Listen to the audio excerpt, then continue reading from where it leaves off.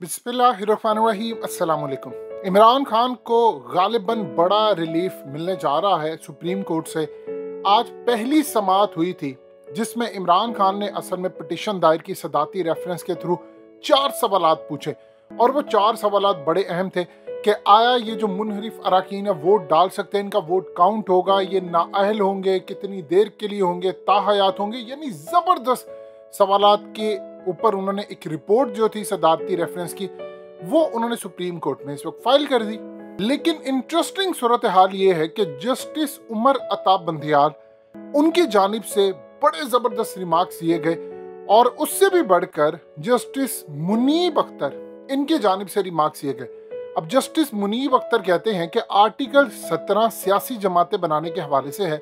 इस वीडियो की अहम डिस्कशन चलती रहेगी, लेकिन इससे पहले आप वीडियो को लाइक करें, हकीकत टीवी को सब्सक्राइब कर लें और बेल आइकन पर जरूर क्लिक करें, जिसके तहत हकूक सियासी जमात के होते हैं। यानी ये इंटरेस्टिंग सूरत हाल है। उन्होंने कहा कि आर्टिकल 95 के तहत वोट का जो हक होता है वो सियासी जमात का होता है। आर्टिकल 95(2) के तहत कोई भी मेंबर जो असेंबली का होता है उस पार्टी से होता है, उसका इनफरादी वोट नहीं होता। ये इंटरेस्टिंग सूरत हाल है। और कहा कि सियासी जमात में शमूलियत के बाद इज्तिमाई हक तस्वुर किया जाता है। ये वो असल में बेस है जो इमरान खान का, आप समझ लीजिए, जो छक्का है वो सारी की सारी आदम एतमाद तहरीक को पूरी तरह जमीन बोस कर सकता है। आप इंटरेस्टिंग डेवलपमेंट देखिए कि जस्टिस मुनीर ने कहा है कि असल में इंसान का जाती जो वोट होता है, यानी अगर आपने एक दफा पार्टी ज्वाइन कर ली है तो फिर पार्टी का वोट है। यानी आप इलेक्शन लड़े पार्टी के ऊपर और आकर कहें जी मैंने इनफरादी तौर पर वोट देना है, तो इसमें उन्होंने रिमार्क्स ये तो पार्टी का वोट है। यही तो इमरान खान कहते हैं। अब इस सूरत हाल में वो तशरीह करेंगे कि अगर आप पार्टी के खिलाफ देते हैं तो फिर आप नाअहल हैं। इमरान खान की हुकूमत ये कह रही है, आप हमें ये बताएं कि नाअहली कितनी देर की है, थोड़ी देर की है, ताहयात है, 2 साल 5 साल, कितनी। देखिए सारी चीजों को भी आप साइड पर रख दें। अगर यहाँ पर रिमार्क्स ये आ जाते हैं और फैसला ये आ जाता है कि नाअहली परमानेंट है या 5 साल के लिए है, इवन के है नाअहली, तब भी इमरान खान की जीत है, क्योंकि इसके बाद ये फौरी तौर पर नाअहल है।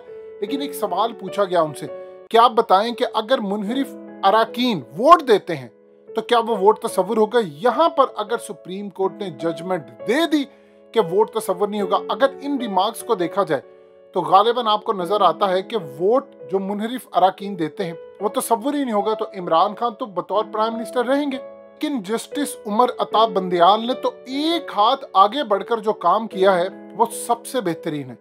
उन्होंने कहा है कि देखिए आप किसको वोट देते हैं किसको नहीं, आप किसी को रोक नहीं सकते। यानी अभी तक हुकूमत ने ये नहीं कहा कि आप आदम एतमाद तहरीक में वोट नहीं दे सकते, क्योंकि ये आर्टिकल्स जितने भी हैं जिसके अंदर ये हक मिलता है आप उसकी खिलाफ वर्जी करते हैं।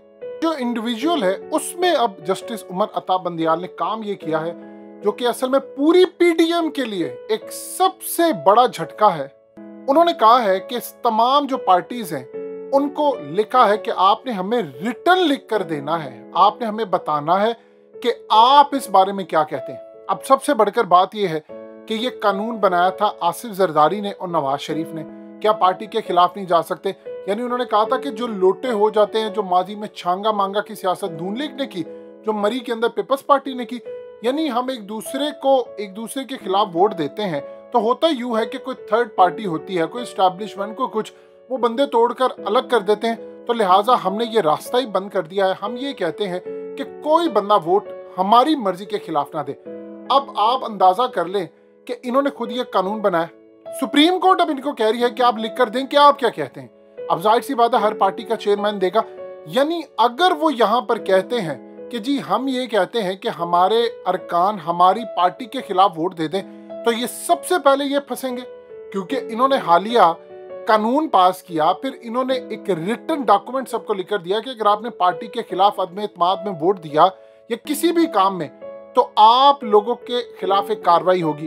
अब इंटरेस्टिंग डेवलपमेंट ये है कि अगर ये लिख कर देते हैं कि जी हाँ हम समझते हैं कि पार्टी के खिलाफ वोट नहीं जाना चाहिए, तो अदम एतमाद फेल, पूरी तरह फेल। यानी इन्होंने जो काम कर रहे हैं वो तो बुरी तरह नेस्तो नाबूद हो जाएगा।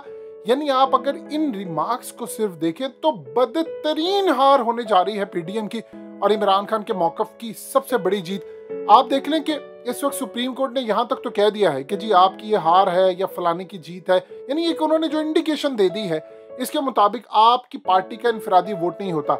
इमरान खान यही चाहते हैं आधी जीत तो यहाँ पर होगी।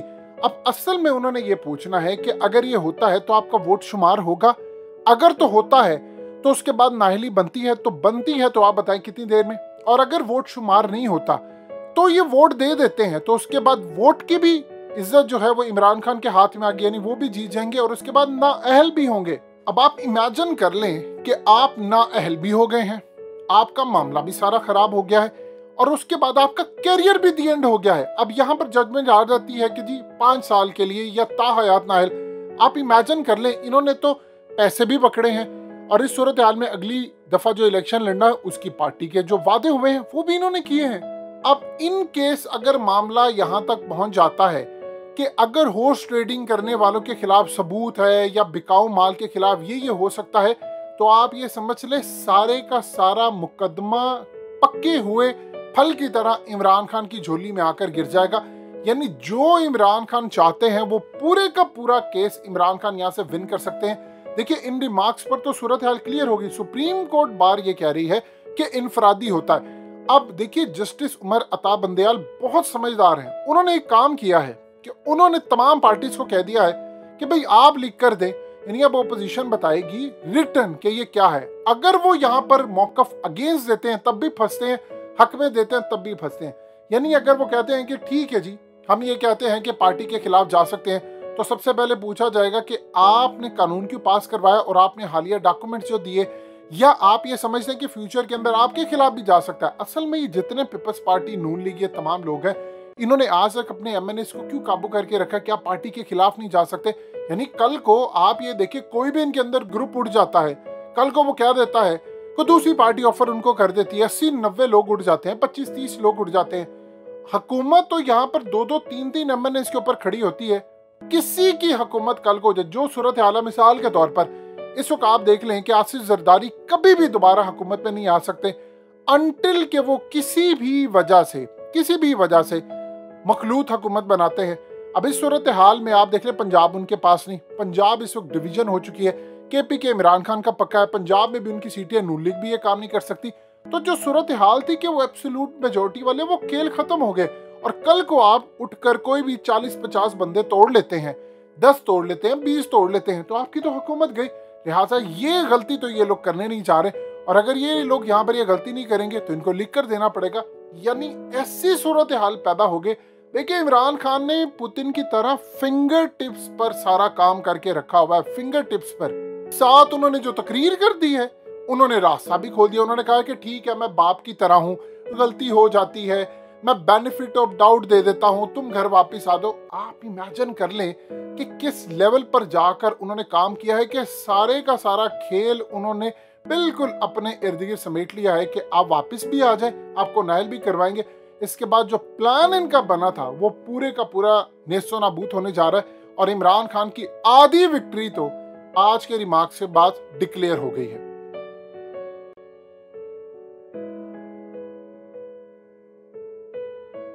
हकीकत टीवी को सब्सक्राइब करना मत भूलें, वीडियो को लाइक करें, शेयर करें और कमेंट सेक्शन में अपनी राय का इजहार जरूर करें।